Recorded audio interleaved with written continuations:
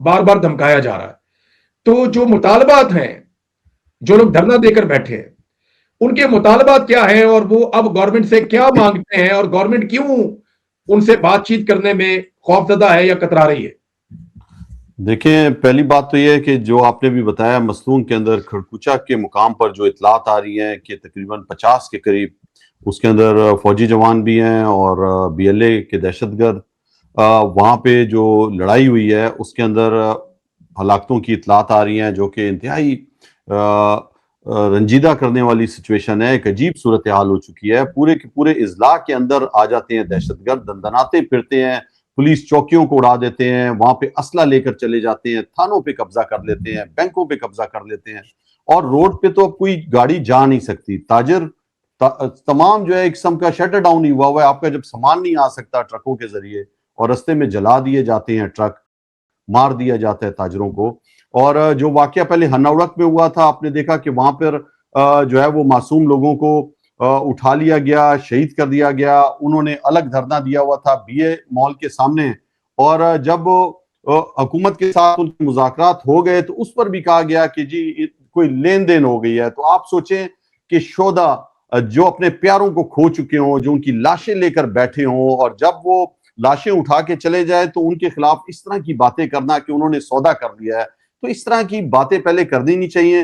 اور آپ ان لوگوں کا سوچیں، ان ماؤں بہنوں بیواؤں کا سوچیں کہ جو اپنی پیاروں کی لاشیں لے کر بیٹھے ہوئے تھے. اب جو زیارت کا جو سانحہ ہوا ہے، اور جس طریقے سے وہاں پر لیویز کے پولیس کے اہلکاروں کو شہید کر دیا گیا دہشت گردوں نے، پیچھے سے ان کو کومک نہیں دی گئی، ان کو جو ہے وہ اسلحہ فراہم نہیں کیا گیا، گولیاں نہیں دی گئیں، اور مقامی لوگوں کو وہ فون کرتے رہے کہ ہم جو ہے وہ پھنس چکے ہیں، ہم مارے جائیں گے، ہمیں اسلحہ دو. مقامی لوگ خود اسلحہ لے کر جانا چاہتے تھے، انہیں بھی نہیں جانے دیا گیا. اور وہاں پر جو فورسز تھیں، وہاں پہ ایف سی بی تھی، انہوں نے کوئی اس طرح کی کاروائی نہیں کی. اور اس کے بعد لاشیں بھی، وہ حالانکہ فورسز کے لوگ تھے، ان کے اپنے خاندان کے لوگ اٹھا کے لائے ہیں. تو آپ دیکھیں کہ بلوچستان کا یہ حال ہو چکا ہے کہ وہاں پہ فورسز کے پاس ایمبولینس تک نہیں ہے کہ وہ اپنے فورسز کے لوگوں کو ایمبولینس دے سکیں. کسی کو جو ہے وہ پک اپ کے پیچھے، کسی کو سزوکی میں ڈال کے وہ تابوتوں میں اپنی پیاروں کی لاشیں لے کر کوئٹہ میں بیٹھے ہوئے، کوئلہ پھاٹک کے پاس 8واں 9واں دن ہو چکا ہے. اور رات یہ جو گزری ہے اس پہ تو وہاں پہ کوئی 200-300 سے زیادہ باپردہ قبائلی خواتین بھی آئی ہیں اور انہوں نے شرکت کی ہے. اس کے اندر ایسی خواتین جو 7 بہنوں کا ایک بھائی تھا وہ شہید ہو گیا. مائیں بیٹیاں، آپ کو پتہ ہے پشتون قبائلی معاشرے میں نہیں نکلتی باہر، اس طرح احتجاج نہیں کرتی جس طرح کل رات جو مناظر آئے ہیں. اور وہاں پہ انہوں نے جو اب ڈیمانڈ رکھی ہیں وہ 4 ڈیمانڈ ہے. اور آپ کو پتہ ہے کہ اس دھرنے کے اندر تمام سیاسی جماعتوں کی ایک کمیٹی بن چکی ہے، اور وہ یہ ڈیمانڈز قاسم بھائی آپ ذرا ون بائی ون بتا دیں کہ وہ اب مانگتے کیا ہیں. میں آپ کو مختصراً ان کا ذرا بتا دیتا ہوں. جو پہلی انہوں نے رکھی ہے ڈیمانڈ، وہ ڈیمانڈ ہے جوڈیشل کمیشن کی تشکیل. آل پارٹیز کانفرنس کے جو انہوں نے بتایا کہ جو قانونی ماہرین ہیں ان کی موجودگی میں ٹی آر او سیٹ کیے جائیں گے، اور اس کے اندر جو ہے وہ زیارت، شارگ، ہرنائی کا جو واقعہ ہوا ہے، منگل کا، ہنا اڑک کا، اور دیگر حالیہ جو سانحات ہوئے ہیں اس کی مکمل آزادانہ اور شفاف تحقیقات کے لیے بلوچستان ہائی کورٹ کے سینئر ججز جسٹس اقبال قاسی اور جسٹس گل حسن ترین کی سربراہی میں ایک با اختیار جوڈیشل کمیشن قائم کیا جائے. اور اس کو مکمل جو ہے نا با اختیار ہونا چاہیے، اور 2 ماہ کے اندر یہ اپنی رپورٹ پیش کرے، سفارشات. اور جو دوسرا مطالبہ ہے دہشت گردی، بتہ خوری اور غیر قانونی ایک سیکنڈ بھائی، ایک ایک کر کے آپ مطالبہ بتائیے گا، ایک ایک کر کے. پہلا مطالبہ ہے میں نے آپ کو بتا کہ دیا، ایک جوڈیشل کمیشن بنایا جائے، ہائی کورٹ کے سرونگ ججز ہیں جن کی سربراہی میں وہ بنے، اور 2 مہینے میں رپورٹ دے. صابر بھائی، اس میں کیا ایسا ہے کہ گورنمنٹ یہ بات نہ مانے؟ اس میں انہوں نے نام بھی دیا، بتائیں گے پھر ہم دوسرے مطالبے پہ جاتے ہیں. انہوں نے اس میں نام بھی دیا جسٹس اقبال قاسی اور جسٹس گل حسن، جی یہ 2 نام دیے ہیں. تو اس کا مطلب یہ ہے کہ ابھی بھی جو بلوچستان کے عوام ہیں وہ اپنے ہائی کورٹ پہ، ہائی کورٹ کی عدلیہ پہ، اور کچھ آنریبل ججز ہیں ان پہ اعتبار کرتے ہیں. اور یہ بڑا انہوں نے وائز، میں کہتا ہوں ایک وائز بھی ہے، اور دوسرا وہ سسٹم پہ اعتبار کر رہے ہیں کہ جی ہمیں اعتبار ہے. تو میرا خیال ہے کہ اس میں تو کوئی مذائقہ نہیں ہے، تو بنا دینا چاہیے فوراً کمیشن، اور جسٹس اقبال قاضی اور جسٹس گل حسن کو کے حوالے کریں اور وہ بنائیں، لیکن یہ بنائیں گے نہیں، کیونکہ ان کو اگر انہوں نے بنانا بھی ہوا تو یہ پک اینڈ چوز کرتے ہیں پھر، جس کی وجہ سے، کیونکہ اگر یہ 2 آنریبل ججز کے نام آ گئے ہیں تو ان کے لیے دعا کرنی چاہیے کہ اللہ تعالیٰ ان کو استقامت دے۔ نہیں، تو اب گل پہلی حسن بات یہ ہے اورنگزیب کہ اگر صاحب کو جو ہے تمام وہ ججوں پہ بلوچستان اعتماد سے آگے ہوتا، کہاں بھیجیں گے؟ گل حسن اورنگزیب صاحب کو بلوچستان سے آگے تو کہیں بھیج نہیں سکتے۔ قاسم بھائی، دوسرا مطالبہ۔ اچھا، دوسرا مطالبہ ہے دہشت گردی، بھتہ خوری اور غیر قانونی مسلح گروہوں کا خاتمہ۔ یہ جو ابھی آپ نے دیکھا ہے عسکر آگے ہیں اغوانی، اور یہ جو جتھے بنا رہے ہیں، اور جس طرح ابھی مولانا فضل الرحمان بھی کہہ رہا ہے کہ مجھے بھی کہہ رہے ہیں کہ جتھے بناؤ، تو اس کا مکمل خاتمہ۔ ضلع ہرنائی، ایک ضلع منٹ، دکھی، یہ دوسرا جی مطالبہ ہے جی؟ یہ دوسرا مطالبہ ہے، اور اس کے اندر پورا انہوں نے بتایا کہ جو متاثرہ علاقے ہیں ان میں معدنیات اور اراضی کے جو تنازع چل رہے ہیں، الاٹمنٹ کو منسوخ کیا جائے۔ معدنی وسائل میں آئین پاکستان اور 18ویں آئینی ترمیم کے مطابق صوبے کے اختیارات اور حقوق کا مکمل تحفظ یقینی بنا جائے۔ کانوں کے مالکان، تاجروں، ٹرانسپورٹر اور کاروباری افراد سے بھتہ وصول کرنے والے تمام مسلح گروہوں کے خلاف بلا امتیاز کارروائی کی جائے۔ پورے بلوچستان میں قانون سے بالاتر مسلح گروہوں، وار لارڈز، ڈیتھ سکواڈز اور دیگر غیر قانونی مسلح تنظیموں کا خاتمہ کرتے ہوئے ریاست کی ریٹ کو مکمل طور پر بحال کیا جائے۔ یہ ہے جی دوسرا مطالبہ۔ عامر بھائی، اس میں کیا غیر آئینی اور غیر قانونی ہے، یا کیا ایسا وہ مانگ رہے ہیں جو پاکستان کے خلاف ہے؟ یعنی پھر میں یہ آئین کہوں اور گا، قانون کے آربٹ میں وہ تحفظ مانگ رہے ہیں۔ بالکل ایگزیکٹلی میں یہی کہوں گا کہ یہ مطالبہ بھی بلوچستان کے عوام کے لیے، ملک کے مفاد کے لیے، صوبے کے مفاد کے لیے ہے۔ سمگلنگ بند کریں، بھتہ خوری کو بند کریں، اور یہ بالکل وہی غیر مطالبے ہیں قانونی مائننگ بند کی جائے۔ یہ وہی مطالبات ہیں، ان میں سے اکثر جو کراچی کے عوام جو ہیں وہ کرتے رہے ہیں جب وہاں پہ ایک لاقانونیت تھی۔ تو بلوچستان کے عوام، اور ان کو اگر سادہ زبان میں ہم لیں تو وہ امن مانگ رہے ہیں، قانون کی حکمرانی مانگ رہے ہیں، اور وہ اور یہ کہتے ہیں آئین کہ پاکستان میں ان کا حق ہے۔ حق ہے، بالکل حق ہے۔ اور دوسرا جو اصل ایک جو ہے مائننگ والا، تو جی ہاں، مائننگ جو ہے جتنی بھی مائنز ہیں ادھر، وہ تو ساری کی ساری جی اس پہ کنٹرول حاصل کر لیا ہے گورنمنٹ نے۔ جی ہاں، گورنمنٹ ہے یا گورنمنٹ کے فرنٹ مین ہے، SIFC۔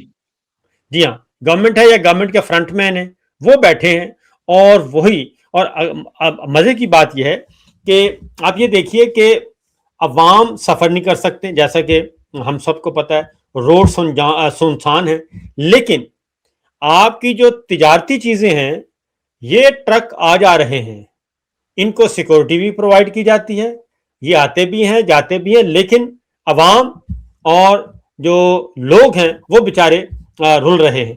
تو میرا خیال ہے کہ یہ اگین وہی بات ہے کہ یہ بھی عوام جو ہے وہ بلوچستان کی بھلائی ہی مانگ رہے ہیں، یہ بھی دے دینا چاہیے۔ عمران بھائی ٹھیک ہے، دیکھیں، تیسرا یہ مطالبہ کہہ رہے ہیں قاسم نا، بھائی، جی دیکھیں تیسرا عمران مطالبہ بھائی، کیا ہے؟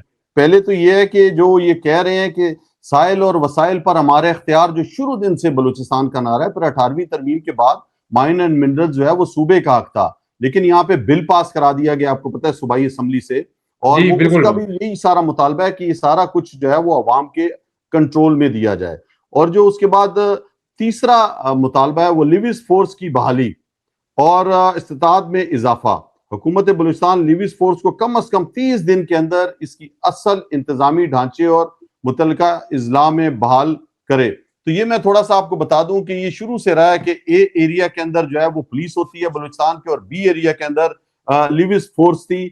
اس کو ایک دفعہ پہلے مشرف کے دور میں بھی بی ایریا کو ضم کر دیا گیا، اور جو لیویز تھی اس کو ضم کر دیا گیا تھا پولیس کے اندر۔ اب دوبارہ سے جو ہے وہ لیویز کو ختم کر کے پولیس کے اندر ضم کیا گیا ہے۔ جو علاقائی کے لوگ ہیں مختلف، وہ یہ کہتے ہیں کہ جو علاقائی لوگ ہوتے ہیں لیویز کے اندر، وہ ہماری زیادہ دیکھ بھال کر سکتے ہیں، نہ کہ جو پولیس دوسرے علاقوں سے آتی ہے، وہ امن بھی تباہ کرتی ہے، اور وہ قبائلی معاشرے کے اندر جو ہے وہ ایڈجسٹ بھی نہیں ہو سکتی۔ تو 30 دن کے اندر ہمیں دوبارہ سے لیویز کو بحال کیا جائے، اس کو جو ہے جدید اسلحہ دیا جائے، یہ ان کا مطالبہ ہے۔ اور اس کے ساتھ ساتھ انہوں نے کہا ہے کہ لیویز فورس کو جدید تقاضوں سے ہم آہنگ بنانے کے لیے پیشہ ورانہ تربیت، جدید اسلحہ، بختر بند گاڑیاں، مواصلاتی نظام، انٹیلیجنس سہولت اور دیگر ضروری لاجسٹک وسائل فراہم کیے جائیں، تاکہ وہ اپنے اضلاع میں امن و امان کے قیام اور دہشت گردی کے خلاف مؤثر کردار ادا کر سکے. تو یہ ایک درینہ مطالبہ ہے بلوچستان کے لوگوں کا. یہ فورس کو طاقتور کرنا یا ایک ایسی فورس جو آرگنائزڈ فورس ہے جو دشمنوں سے لڑ سکتی ہے, دہشت گردی پہ قابو پا سکتی ہے, وہ اگر جدید ہتھیار مانگتے ہیں, گاڑیاں مانگتے ہیں اور وہ اختیار مانگتے ہیں, تو اس میں کیا قباحت ہے, اس میں کیا پرابلم ہے؟ لشکر بنانے سے بہتر یہ نہیں ہے کہ آپ اپنی فورس کو مضبوط کریں, مربوط کریں؟ دیکھیں سر, جب تک حکومت اور ریاست اونرشپ نہیں لے گی اس وقت تک تو بات نہیں بنے گی, اور 18ویں ترمیم کے بعد تو اور بہت ساری باتیں کلیئر ہو گئی ہیں. میں صرف یہ کہوں گا کہ پنجاب میں جب بھی کوئی مسئلہ ہوتا ہے تو آپ وہاں پہ پرائیویٹ فورس نہیں بناتے, بلکہ وہاں پہ سی ٹی ڈی بناتے ہیں, وہاں پہ سی سی ڈی بناتے ہیں, اور حالانکہ ان پہ بہت زیادہ الزامات ہیں. آپ گورنمنٹ کے اندر رہ کے, گورنمنٹ سٹرکچر کے اندر رہ کے یہ سارے کام کرتے ہیں. وہاں پہ آپ امپاور کر رہے ہیں, کام کرتے ہیں, وہاں پہ آپ امپاور کرتے ہیں اپنی سول فورس کو.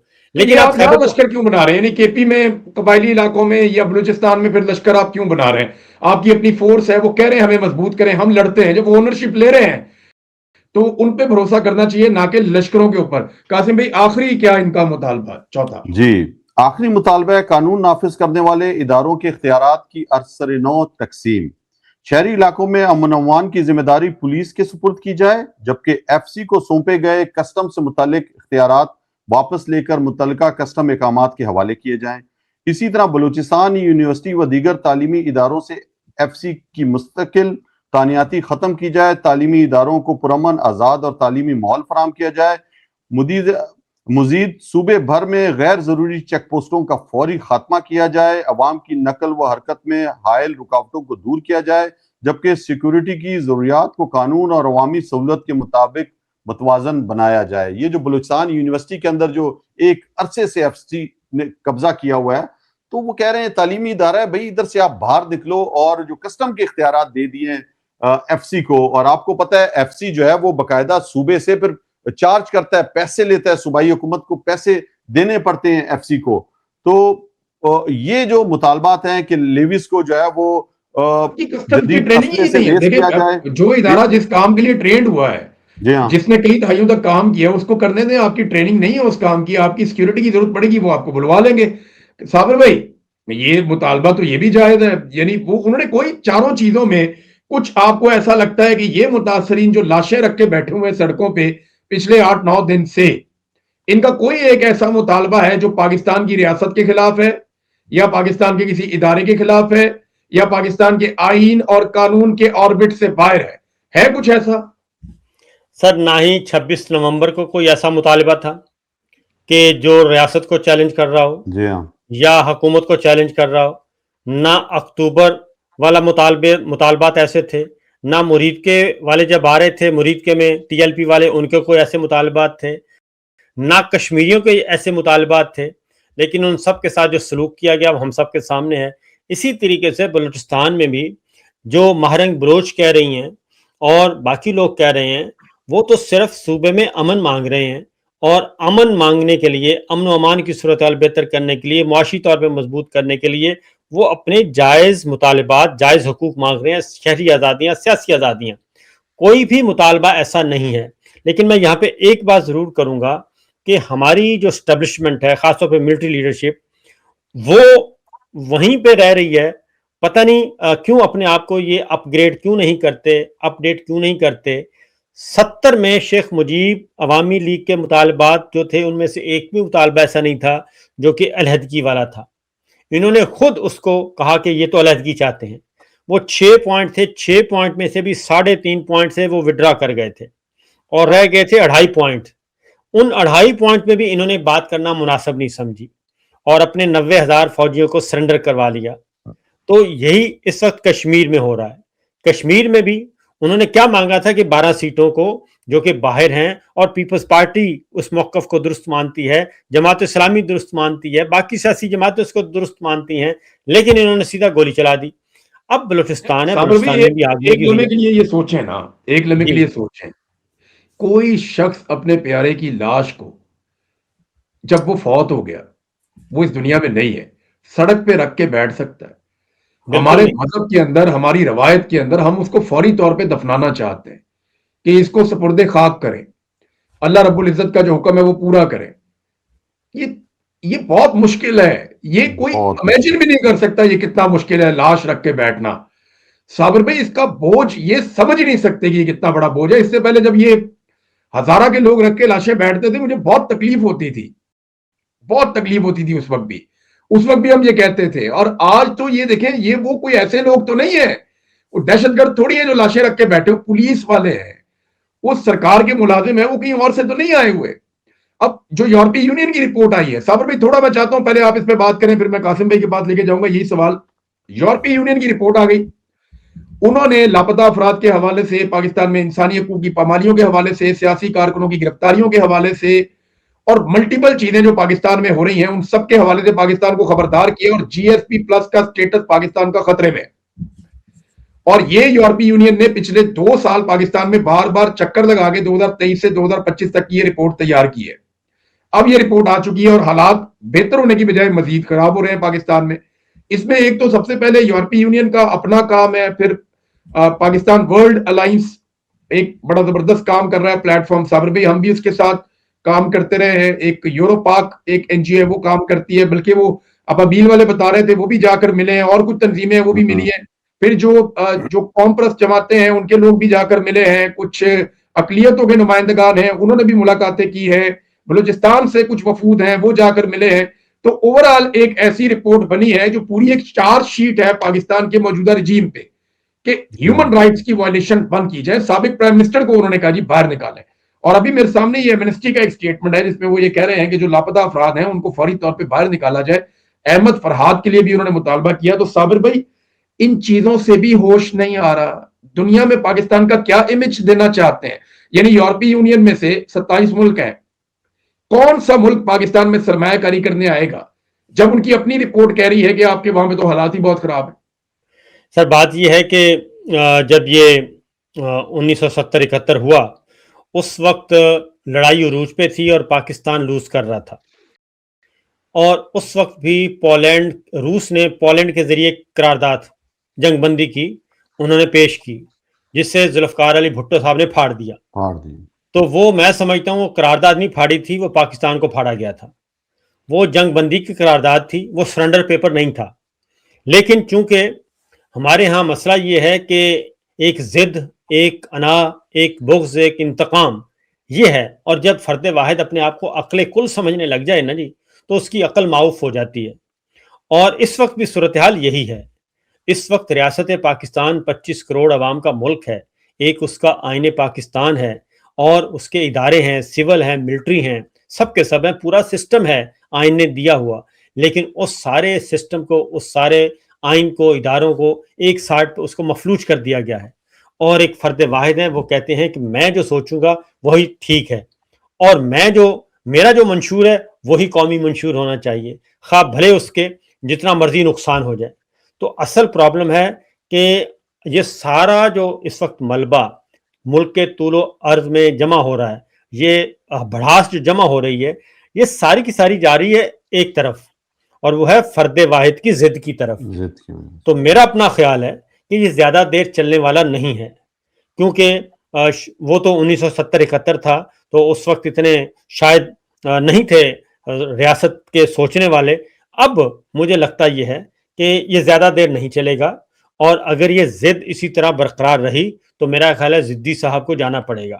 اس کے علاوہ اور کوئی راستہ نہیں ہے, کیونکہ یہ کوئی معمولی بات نہیں ہے. بلوچستان پاکستان کے تینوں صوبوں سے زیادہ رقبہ ہے, سب سے بڑا صوبہ ہے وہ, باقی 3 صوبوں سے زیادہ, اور وہاں پہ مسائل ہیں, اور ہم جو ہیں وہ بیٹھے ہیں ضد لگا کے.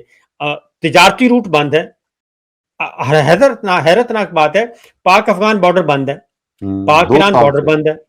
اب پاک افغان بارڈر بند ہے, تجارت بند ہے, کاروبار بند ہے, تو بھائی یہ دہشت گرد کہاں سے آ جا رہے ہیں؟ اصل سوال یہ ہے. اور وہاں پہ سوائے فورسز کے کوئی اور ہے نہیں بارڈر پہ. تو پہلے تو چلو یہ تھا نا کہ یہ تجارتی روٹ کھلا ہے تو وہ اس روپ میں آ جاتے ہیں, کاروباری روپ میں آ جاتے ہیں, ہم اتنے لوگوں کو دیکھ نہیں سکتے. اب تو ایک طویل عرصے سے بند ہے, اور خیبر پختونخوا اور بلوچستان کے عوام شور مچا رہے ہیں کہ بھئی ہماری اکانومی دونوں صوبوں کی فارغ ہو چکی ہے, کاروبار برباد ہو چکے ہیں, خدا کے لیے کھول دیں, لیکن نہیں کھولا جا رہا, سوائے پیٹرول آ رہا ہے ایران سے, باقی چیزیں بند. تو یہ بھی ایک حیرت انگیز بات ہے. تو اور پھر یہ کہتے ہیں آپ 1500 تھے, بھئی 1500 تھے, اگر 2 بھی روزانہ مارے جاتے تو 1500 پورے ہو جانے تھے آج, وہ بھی نہیں ہے. نہیں, اب وہ ایسا نہیں ہے. ابھی تو جو لیٹسٹ رپورٹیں آ رہی ہیں ان میں تو کچھ اور ہی ہے. اللہ تعالیٰ رحم کرے پاکستان کی حالت پہ. جب آپ پولیٹیکل آوازوں کو بند کرتے ہیں, جب بھارنگ بلوچ جیل میں ہوگی تو جو باہر لوگ ہوں گے وہ پھر مارنگ بلوچ کے رستے پہ چلیں گے یا وہ بی ایل اے کے رستے پہ چلیں گے, کیونکہ آئین اور قانون کے آربٹ کے اندر یا اس کے دائرے کے اندر تو آپ کوئی انصاف دے نہیں رہے لوگوں کو. جبری گمشدگیاں وہاں پہ لگاتار جاری ہیں. آج رپورٹ آئی ہے 3 لوگ اور لاپتہ کر دیے گئے ہیں بلوچستان سے, اور یہ چلتا چلا آ رہا ہے. جی قاسم بھائی, فائنلی دیکھیں آپ یہ بتائیں کہ اب سلوشن ہے کیا؟ یعنی یہ لوگ وہاں بیٹھے ہیں لاشیں رکھ, یہ کوئی حل تو نہیں ہے نا؟ یہ بہت تکلیف والی بات ہے. دیکھیں یہ جو عمران لوگ بھائی. بیٹھے ہیں یہ جی پل پل مرتے ہیں وہاں پہ, ان کی تکلیف کا کوئی اندازہ نہیں کر سکتا. یہ کب تک یہ ایسے چلے گا؟ یا کوئی شخص تھوڑا سا شعور رکھتا ہو, تھوڑی سی غیرت کھا کے وہ جائے اور جا کر ان کی بات سنے. کوئی ناجائز بات تو نہیں ہے, تسلیم کریں اس کو. دیکھیں عمران بھائی, غیرت تو وہ کھاتا ہے جو سوچے اپنے ملک کے لیے. دوسری بات یہ, عمران خان خود کہہ رہے ہیں کہ ذہنی مریضوں کا راج ہے پاکستان میں, اور ایک چلتی ہوئی حکومت کو سب سیفر کھلا ہے. میں سب پورے پاکستان کو کہتا ہوں کہ سیفر کو پڑھو کہ کس طرح حکم دیا گیا اور چلتی ہوئی حکومت کو گرایا گیا.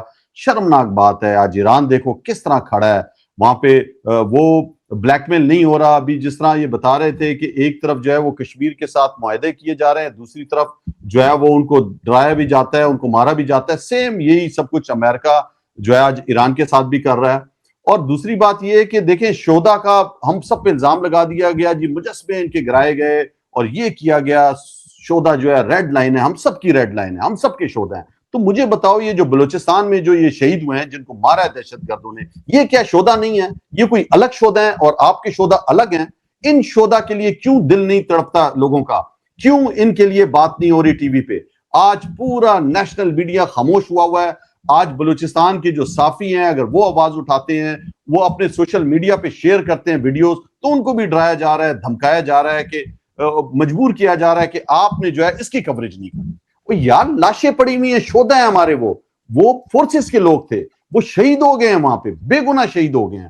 تو یہ جو بے حسی کی علامت ہے نا بلوچستان کی طرف, تو میں ہمیشہ سے کہتا رہا ہوں کہ بلوچستان کو تو ایک کالونی کی طور پہ ڈیل کرتے ہیں. بلوچ کا خون, پشتون کا خون جو ہے وہ تو خون سمجھا ہی نہیں جاتا.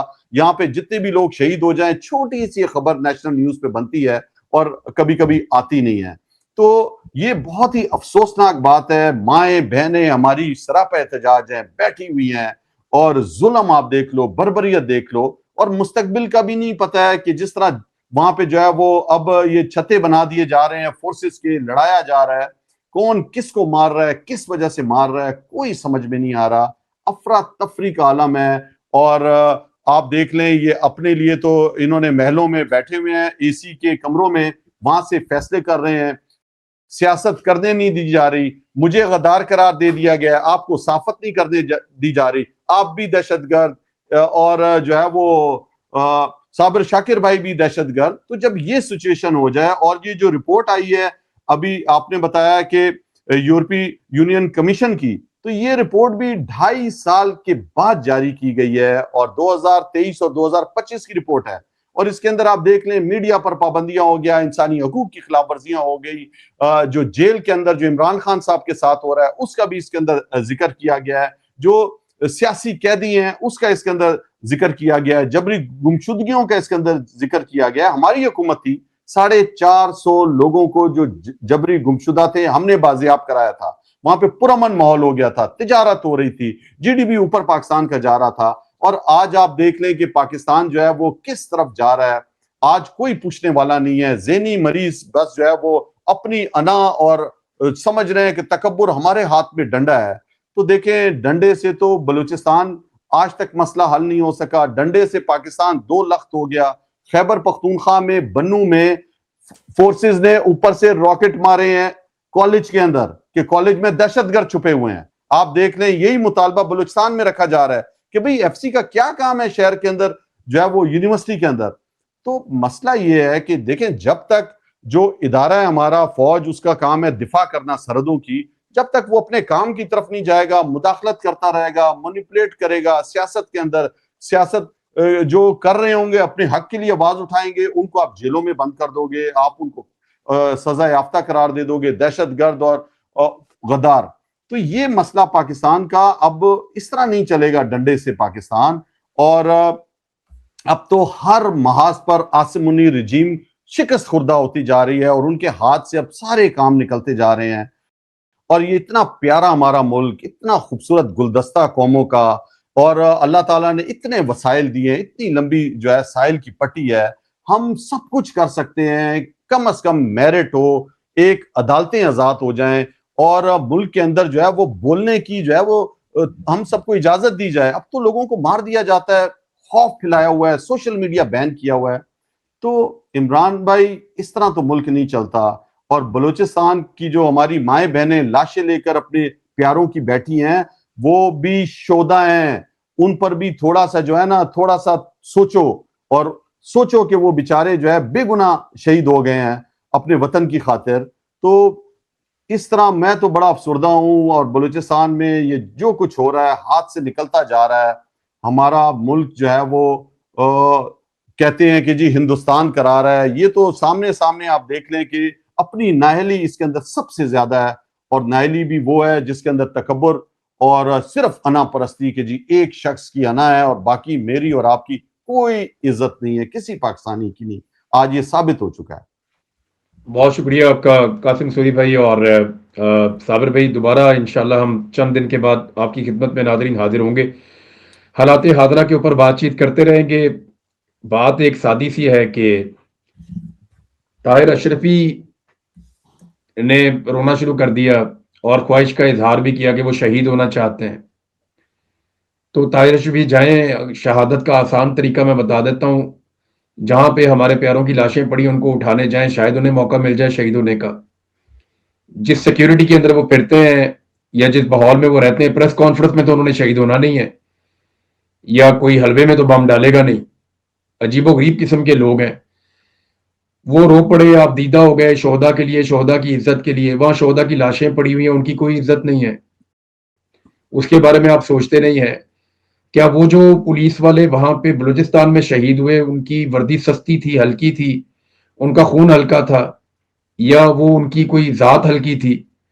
وہ بھی پاکستان کے بیٹے ہیں، پاکستان کے لیے لڑتے ہوئے شہید ہوئے ہیں، بلکہ وہ بغیر ہتھیاروں کے لڑ رہے تھے. ان کے پاس تو ہتھیار ہی ختم ہو گئے تھے، ہتھیار وہ بیچارے مانگتے رہے. اب ان کے پیارے بیٹھے ہیں اور انہوں نے کوئی ایک مطالبہ بھی غیر آئینی یا غیر قانونی نہیں کیا. میں امید کرتا ہوں کہ طاہر اشرفی جب، اور جو دوسرے مولوی اور جو ٹاؤٹ چھوڑے جاتے ہیں، یہ جب اگلی پریس کانفرنس کریں تو اس میں یہ بات کریں ان 4 مطالبات کے اوپر اور بتائیں کہ ان میں کیا غلط ہے. اب تک کے لیے اتنا ہی. ہم سب کو اجازت دیجیے، اپنا خیال رکھیے گا. اللہ حافظ. عمران بھائی، آخر میں صرف اتنا کہوں گا کہ شہادت ہے مطلوب مقصود مومن، نہ مال غنیمت نہ کشور کشائی. تو شہادت کے لیے انسان کو پھر کسی اور دنیا میں رہنا پڑتا ہے، کسی اور جذبے کے ساتھ بندہ ہوتا ہے. تو فی الوقت اتنا ہی. صابر بھائی، پتہ کیا، یہ جو شہادت ہے نا، یہ زبردستی کی نہیں ہوتی. جو بھی میدان جنگ میں اترتا ہے نا، وہ لڑنے کے لیے اترتا ہے، اور وہ آخری لمحے کے لیے، آخری لمحے تک کوشش کرتا ہے کہ میں مارا نہ جاؤں، میں مارتا رہوں. یہ کوئی یعنی ایسا نہیں ہے کہ آپ نے جانا ہے اور فٹافٹ آپ نے جان دے دینی ہے اور جان دے کے آپ نے کہنا لو جی میں شہید ہو گیا. نہیں، ایسے تھوڑی ہے. آپ کے اوپر جہاد فرض ہے. اس رستے میں اگر آپ شہید ہو جائیں، آپ کی جان چلی جائے تو یہ بہت افضل ہے. لیکن آپ نے یہ نہیں کرنا کہ جناب جاتے ہی آپ کسی بہانے مر جائیں. آپ نے مقابلہ کرنا ہوتا ہے، اپنے آپ کو بچانا ہوتا ہے. ہمارا بھائی ارشد شریف شہید وہ لڑائی کر رہا تھا، قلم کے ساتھ جنگ لڑ رہا تھا، جہاد کر رہا تھا. اس نے پوری کوشش کی کہ وہ زندہ رہ کے اس لڑائی کو لمبا کھینچ سکے اور دیر تک لڑ سکے، لیکن وہ شہید ہو گیا. تو شہداء جو ہے نا، دیکھیں بات یہ ہے کہ شہداء تو ہماری جان ہے، ہمارے اپنے ہی ہے نا سر. کوئی یہ سری لنکا سے یا نیپال سے یا کوئی انڈیا سے تو نہیں آئے، ہمارے اپنے فیملیز ہیں، ہمارے اپنے. یہ طاہر اشرفی شہداء کا ماما چاچا بن گیا ہے صرف اس چکر میں کہ اس کے تعلقات فوج کے ساتھ اچھے رہے اور اس کو حلوہ ملتا رہے کھانے کے لیے. تو ایسے تھوڑی ہوتا ہے. عمران اور بھائی یہ سارے جو عسکری ٹاؤٹ ہیں نا سارے جماعتوں سے بھی نکل کے آ رہے ہیں, وہ بھی بڑی پریس کانفرنسیں کر رہے ہیں, ان کو شرم نہیں آتی. یہ جو ہے اوپر سے لکھا ہوا ہے کہ ان کو آ جاتا ہے واٹس ایپ کے اوپر کہ یہ کرو. وہ لوگ بیچارے بیٹھے ہوئے ہیں, مائیں بہنیں ہماری بیٹھی ہوئی ہیں, وہ مسخ شدہ ان کی لاشیں کر دی گئی ہیں, چہرے پہ تیزاب ڈالا ہوا ہے, وہ اس کے باوجود سراپا احتجاج بنے ہوئے ہیں, پرامن بیٹھے ہوئے ہیں. شرم آنی چاہیے ان سب کو جو شودا کے نام پر جو ہے وہ سیاست کر رہے ہیں. شودا جو ہے وہ پڑے ہوئے ہیں, جاؤ ان شودا کے پاس, اتنی تم میں ہمت ہے, غیرت ہے, اور تم اپنے آپ کو سمجھتے ہو کہ ہم بہت بہادر ہیں, تو جاؤ نہ صرف ان ماؤں بہنوں کا سامنا کر لو وہاں پہ جا کے, ایک چیز جاؤ اور ان کے کلیئر سامنے کر دیتے بیٹھو, ہیں, ایک چیز بات اور کرو. کلیئر کر دیتے ہیں. جو فضل الرحمان کا سٹیٹمنٹ تھا نا, ویسے فضل الرحمان کی باتیں تو ٹھیک ہے, لیکن یہ سٹیٹمنٹ بہت ہی فضول تھا. اس کا جو ایک حصہ دیکھیں, جو آپ تنخواہ دیتے ہیں نا کسی فوجی کو یا پولیس والے کو, وہ آپ اس کی نوکری کے لیے دیتے ہیں جس میں اس نے اپنا فرض پورا کرنا ہوتا ہے سیکورٹی کا. بالکل لیکن جب وہ اپنا فرض پورا کرتے ہوئے مارا جاتا ہے نا, تو ہم پیسوں کے ساتھ اس کو تول نہیں سکتے. بے شک پھر بے ہم اس شک. کو عزت دیتے ہیں, پھر ہم اس کو عزت دیتے ہیں, اس کو پیار دیتے ہیں, اس کو مقام دیتے ہیں, اور اس کے گھر والوں کو, اس کے جاننے والوں کو, سب کو ہم بتاتے ہیں کہ ہم بہت عزت کرتے ہیں آپ کے شہید کی. پھر ہم اس کا نام زندہ رکھنے کی کوشش کرتے ہیں. کوئی آدمی اگر اپنی جان دے دیتا ہے اپنی ڈیوٹی کے دوران, تو پیسوں کے ساتھ تو اس کو کمپنسیٹ نہیں کیا جاتا, عزت کے ساتھ کیا جاتا ہے. اور جو لوگ بھی جان دیتے ہیں وہ عزت کے لیے, احترام کے لیے, وطن کے لیے, وہ قربانی اسی لیے دیتے ہیں کہ لوگ اس کی قربانی کو یاد رکھیں گے. تو یہ ذرا بالکل کلیئرٹی ہونی چاہیے کہ تنخواہ ہم دیتے ہیں اپنی ڈیوٹی کرنے کے لیے, کہ سیکورٹی بے کی ڈیوٹی شک. ہے تمہاری, تم اپنی ڈیوٹی کرو, تو ہم آخری آپ کو تنخواہ دے رہے ہیں. لیکن اگر اس رستے میں جان چلی جائے کسی صحافی کی, یا جان چلی جائے ڈیوٹی کرتے ہوئے کسی پولیس والے کی, یا جان چلی جائے ڈیوٹی کرتے ہوئے کسی ڈاکٹر کی, یا جان چلی جائے ڈیوٹی کرتے ہوئے, دیکھیں دہشت گردی میں ڈاکٹر بھی مارے گئے ہیں, ٹیچر بھی مارے بالکل گئے ہیں, بے شک, کیوں نہیں تاجر جی. بھی مارے گئے ہیں, پولیس والے بھی مارے گئے ہیں, فوجی بھی مارے گئے ہیں. تو جو دہشت گردی میں شہید ہوا, وہ سارے شہدا ہمارے لیے ایکولی بہت قابل احترام ہے. چھوٹے چھوٹے بچے شہید ہوئے ہیں بھائی اس لڑائی بے میں. شک اور جی بے شک. آخری بات سر، آخری بات یہ ہے کہ بھائی جن لوگوں نے ان شہداء کی بے حرمتی کی، جن لوگوں نے، جس شخصیت نے پارلیمنٹ میں کھڑے ہو کر کہا کہ آپ نے کچھ نہیں جیتا، آپ نے ہارا ہے، اور بے حرمتی آن دا ریکارڈ بے حرمتی کی، جب آپ اس کو وزیر دفاع بنائیں گے 2-3 دفعہ، تو پھر آپ کی اپنی ڈگنیٹی بھی وہیں جائے گی جہاں پہ باقی لوگوں کی ہے. فی الوقت تو عمران سامر بھائی بھائی بس میرے ایک خیال میں بات، ختم یہ کرتے ہیں. شودا جو ہے نا وزارت یہ دفاع تو خطرے میں ہے, وزارت دفاع تو خطرے میں ہے, اور اس کی وجہ سے آج کل پالش بہت تیز ہے. عمران بھائی میں آپ کو بتاؤں یہ شودا جو ہے نا یہ اس پورے سسٹم کو، اس نظام کو لپیٹ کے لے جائیں گے اپنے ساتھ. آپ دیکھنا یہ نظام لڑکھڑا رہا ہے، یہ نظام جو ہے ہماری مائیں بہنیں جو بیٹھی ہیں نا اس کے سامنے کھڑا نہیں ہو سکتا، کہ آنکھوں میں آنکھیں نہیں ڈال سکتا. اوکے جی ناظرین اب تک کے لیے اتنا ہی. اللہ حافظ. بہت شکریہ.